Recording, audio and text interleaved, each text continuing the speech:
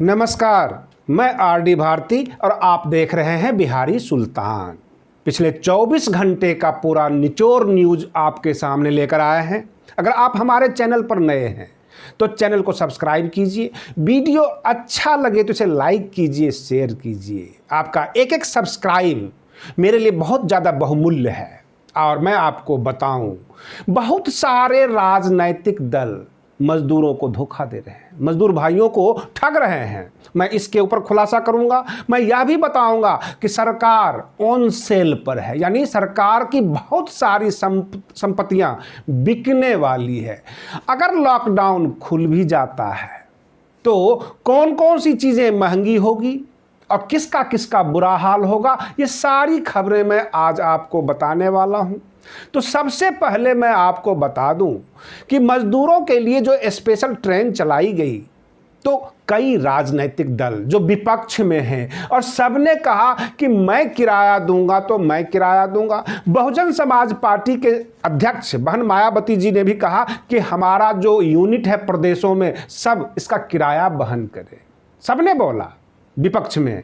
परंतु आपको बता दूं, जब हमारे मजदूर भाई डीएम ऑफिस जाते हैं, वहां का रजिस्ट्रेशन का फॉर्म भरते हैं, तो एक तो इनको अंग्रेजी नहीं आती, ऊपर से उसमें कुछ न कुछ कमियां निकाल दी जाती है। 5-5 बार फॉर्म भरवाए जाते हैं। एक हॉस्पिटल से दूसरे हॉस्पिटल चक्कर लगवाए जाते हैं कि मेडिकल सर्टिफिकेट बनवा कर लाओ। भूखा प्यासा पैदल एक हॉस्पिटल से दूसरे हॉस्पिटल जाए, बहुत मिन्नत करके सर्टिफिकेट बनवाए, फॉर्म भरे, और उसमें अगर अंग्रेजी में कोई गलतियां हो जाए तो फॉर्म रिजेक्टेड, फिर फॉर्म भरो। यानी 5-5 बार फॉर्म भरा जाता है। जैसा कि आप जानते हैं, कांग्रेस पार्टी पूरे देश में है, हर राज्य में इनके अपने यूनिट होते हैं। ये किराया के लिए अनाउंसमेंट कर सकते हैं क्योंकि मीडिया की सुर्खियां बन सकती है, इनको प्रचार मिल सकता है। लेकिन ये महाराष्ट्र के कांग्रेस यूनिट को ये नहीं कह सकते कि मजदूर परेशान है महाराष्ट्र में, गुजरात में मजदूर परेशान है, जाके खड़े होकर उनको फॉर्म भरवा दो। प्रशासन पर दबाव बनाओ, डीएम के सामने खड़े हो जाओ कि हमारे मजदूर भाइयों का फॉर्म हम भरवा रहे हैं, आप इसको फॉर्म भर कर ले लीजिए, ताकि प्रशासन इनको लठ मार कर ना भगाए। ऐसा ये नहीं करेंगे क्योंकि उसमें तकलीफ है, उसमें इनको जो है सुर्खियां नहीं मिलेगी, प्रचार नहीं मिलेगा। ये मीडिया डिबेट पर फुटेज लेने के लिए सब के सब किराया देने की बात करने लगे और सत्ता पक्ष शर्मिंदा होकर किराया पर खड़ी हो गई, किराया हम देंगे। ये तो रही बात प्रचार प्रसार की। कोई भी राजनीतिक दल मजदूर भाइयों के साथ खड़े होने के लिए तैयार नहीं है और इनको दर दर की ठोकरें खानी पड़ती है। मैं आपको बताऊं कि जैसा कि मैंने आपसे बताया कि लॉकडाउन खुलने के बाद क्या क्या चीज़ महंगी होगी, क्या क्या चीज़ सस्ती होगी। जैसा कि आपको पहले भी बता चुका हूं, शराब 70% बढ़ाया गया, यानी 100 रुपये का 170 रुपये का। पेट्रोल डीजल भी बढ़ाया गया है 30%, यानी 70 रुपये जो लीटर था वो 91 रुपये हो जाएगा। और रही बात ये कि भारत पेट्रोलियम ने ये कहा कि अगर आप 30% ले रहे हैं, यानी 21 रुपये ले रहे हैं, तो 7 रुपया मुझे भी दे दीजिए। बड़ी आराम से लूटने के लिए एक से बढ़कर एक लुटेरा खड़ा है। ये महंगाई नहीं है, ये कोविड-19 टैक्स है, यानी कोरोना वायरस से लड़ने के लिए ये टैक्स वसूली कर रहे हैं। तो सवाल ये बनता है कि पीएम केयर फंड में किस नाम पे पैसा लिया, मुख्यमंत्री राहत कोष में किस नाम पे पैसा लिया, और बाकी जो झोलियां फैलाकर खड़े हो गए पूरे देश में, मुख्यमंत्री, प्रधानमंत्री, तरह तरह के राहत कोष, वो किस नाम पे पैसा लिया। जब शराब में आप कोविड-19 के नाम पे पैसा ले रहे हो, पेट्रोलियम पे आप कोविड-19 के नाम पे पैसा ले रहे हो, यकीन मानिए अनाज की कीमत नहीं बढ़ेंगे, क्योंकि वो किसान उत्पादन करता है और वो पसीने से निकलता है, पसीना बहाया जाता है। मजदूरों की मजदूरी जो है 1000 रुपये रोज कर दे, परंतु ऐसा ये नहीं करेंगे क्योंकि मजदूरों की कोई कीमत नहीं है सरकार की नजरों में। मैं आज आपको वह भी बातें बताने वाला हूं कि बाबा साहेब भीमराव अंबेडकर के सपने को वर्तमान सरकार चकनाचूर करने वाली है, कर रही है, आए दिन ऑन सेल पर लगा रखी है। आपने बहुत सारी खबरें सुनते होंगे कि फला प्रदेश में फला जगह बाबा साहेब की मूर्तियां गिरा दी गई। ये छोटे छोटे संगठन मूर्तियों के पीछे पागल हो रहे हैं, जबकि मैं आपको ऐसी घटना बताऊंगा कि आप सुनकर आश्चर्य में पड़ जाएंगे। 1950 से लेकर 1956 तक बाबा साहेब ने केवल संविधान ही नहीं बनाया था, बहुत सारी बड़ी बड़ी कंपनियों की आधारशिला रखी थी, रिजर्व बैंक ऑफ इंडिया की नींव रखी थी और उन्होंने ऐसा भारत की कल्पना की थी कि तमाम कंपनियां प्रॉफिट में जाएगी और पूरा भारत देश की अर्थव्यवस्था को कंट्रोल करेगा। और जो 1950 से 1956 तक की जितनी भी कंपनियां थी, सब के सब ऑन सेल पे है, यानी बिकाऊ है, खरीदार चाहिए, जिसमें LIC भी है, प्रॉफिटेबल कंपनी रही है और वो बिकाऊ है और खरीदार चाहिए उसके लिए। 1956 के बाद उसी आधार पर, उसी फॉर्मेट पर नेहरू जी 1964 तक, जब तक उनका निधन नहीं हुआ था, वह भी आगे बढ़ते रहे और बहुत तरह की कंपनियों का निर्माण किया और बहुत सारी तेल कंपनियां, खाने वाली तेल कंपनियां और भी तरह की चीज का निर्माण करवाया और उससे पूरे देश की अर्थव्यवस्था मजबूत होती रही, मजदूरों को काम मिलता रहा, किसानों का प्रोडक्ट उन कंपनियों में जाता रहा और इस तरह से भारत देश मजबूत होता रहा। वो तमाम कंपनियों को बेचा जा रहा है। आपको बता दूं, रेलवे का जो बजट आता है उसमें यह कहा जाता है कि जो माल ढुलाई है, जो कार्गो का है, वह प्रॉफिटेबल है और जो पैसेंजर की ढुलाई है वो लॉस में है। पिछले लॉकडाउन में करीब 1.5-2 महीने से जो पैसेंजर ट्रेन बंद है, तो इसका मतलब यह हुआ कि लॉस वाला जो रेलवे का काम है वो बंद है, लेकिन मालगाड़ी तो चल रही है, रेलवे की ढुलाई चल रही है, यानी प्रॉफिट वाला काम चल रहा है। सरकार को अगर अपना बजट ठीक करना है, मजबूत करना है, तो इसका मतलब यह कि जो टेक्नोलॉजी से जिससे पैसा आता हो उसको जो है महंगा कर दो। कहने का तात्पर्य यह है कि जहां जहां इनको दिखता है कि कहां कहां से लूटा जा सकता है, पूरी दुनिया में पेट्रोलियम और डीजल प्रोडक्ट सस्ती हो गई है और भारत में महंगी हो रही है। और इसको ये महंगा नहीं कह रहे हैं, कह रहे हैं 30% ऊपर से कोविड-19 टैक्स दे दीजिए। आप यकीन मानिए कि जो सिंचाई होती है किसानों के खेत में, वह डीजल ही वहाँ पर उपयोग होता है। जितनी मालगाड़ी है, जो ढुलाई होती है, ट्रक, बस, सब डीजल वगैरह से चलता है, पेट्रोल से।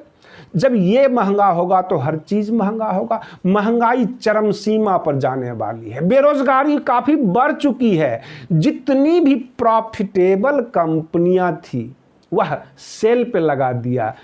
बाबा साहेब भीमराव अंबेडकर जी ने कहा था, जो लिख के गए थे, कि जो लॉस में कंपनी जाएगी, जो सिक यूनिट होगी, उसका डिसइन्वेस्टमेंट होगा, यानी उसको बेचा जाएगा। डिसइन्वेस्टमेंट का मतलब इसको बेचकर पैसा निकाल लो। वर्तमान सरकार बाबा साहेब भीमराव अंबेडकर जी के नाम पर बड़ा बड़ा गेम खेल लेती है।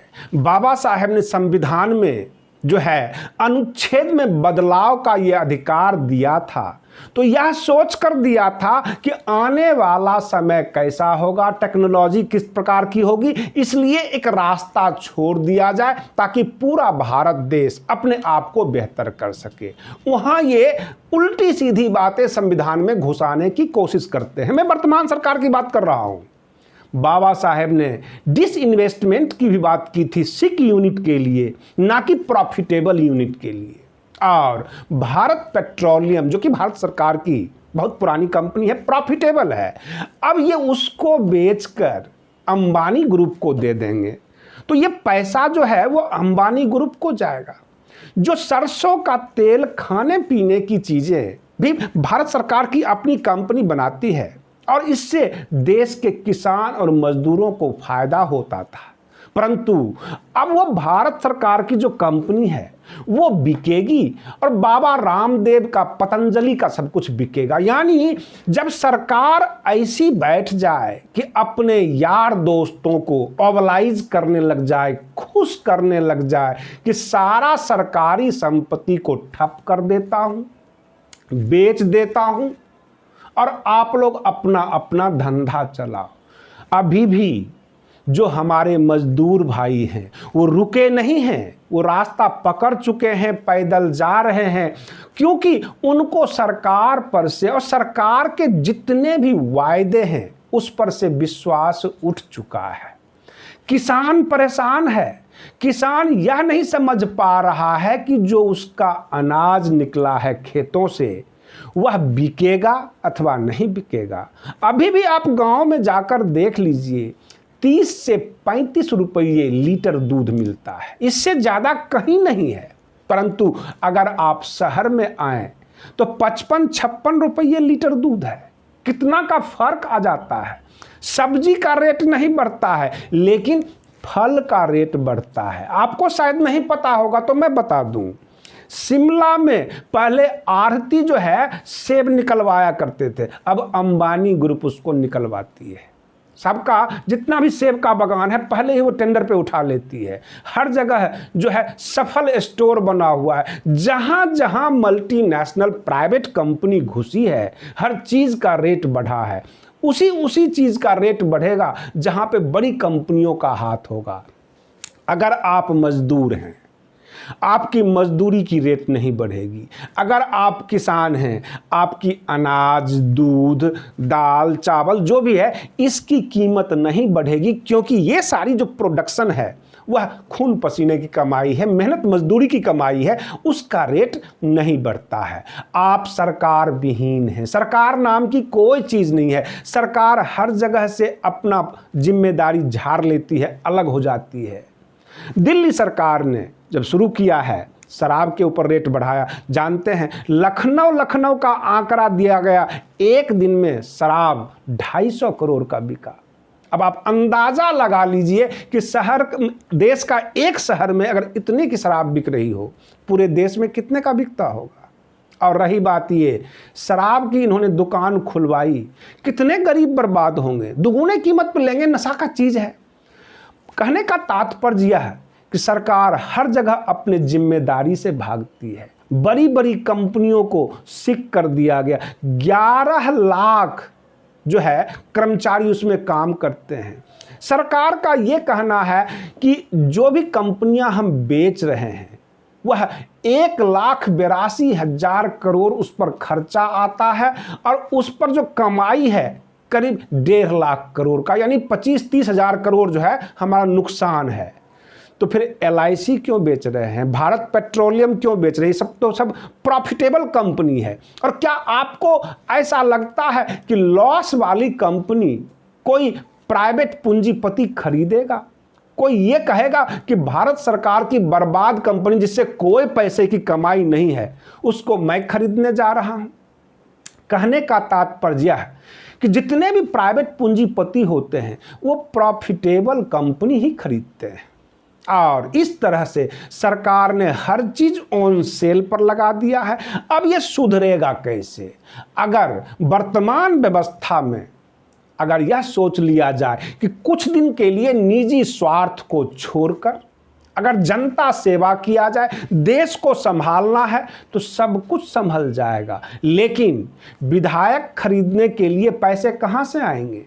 आप हमें कमेंट करके बता सकते हैं। क्योंकि सरकारें विधायक खरीदती है, पैसे फेंक कर सरकार बनाती है। सामने मध्य प्रदेश में 24 विधानसभा का उपचुनाव है। अगर बीजेपी के पास विधायक नहीं आए तो विधायक खरीदना पड़ेगा। वह पैसा कहां से आएगा? आप ही लोग तो भरेंगे। सामने अक्टूबर में बिहार का विधानसभा चुनाव है। अगर वहां पर सरकार बनानी पड़ेगी, चुनाव में खर्च करना पड़ेगा, वह पैसा कहां से आएगा? यानी किसान और मजदूरों से ही तो निचोड़ना है। वर्तमान सरकार कम, थानेदार ज्यादा है। लठ मारकर और पैसे वसूली कर रही है। जो आरोग्य सेतु ऐप देख रहे हैं। ये एक अच्छी व्यवस्था है, लेकिन यह भी प्राइवेट लोगों के हाथ में, और ऊपर से 100 रुपये मांग रही है कि पीएम केयर फंड में दीजिए। तो फिर पीएम केयर फंड में जब दे ही रहे हैं तो ये रेट क्यों बढ़ाया जा रहा है सामानों का, हर चीज़ का? और जब एक वस्तु की कीमत बढ़ती है तो देखा देखी हर सामान बढ़ना शुरू हो जाता है, उसकी महंगाई शुरू हो जाती है, कीमती हो जाता है। और इस तरह से आने वाला टाइम जब लॉकडाउन खुलेगा तो बड़ी भयावह दिख रहा है।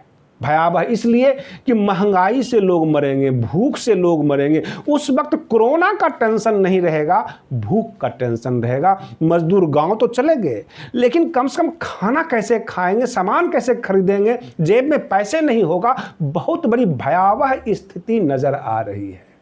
आप बने रहिए बिहारी सुल्तान चैनल के साथ, हम आपके लिए बिल्कुल सटीक खबरें लेकर आते रहेंगे। तब तक के लिए धन्यवाद। जय भीम, जय भारत।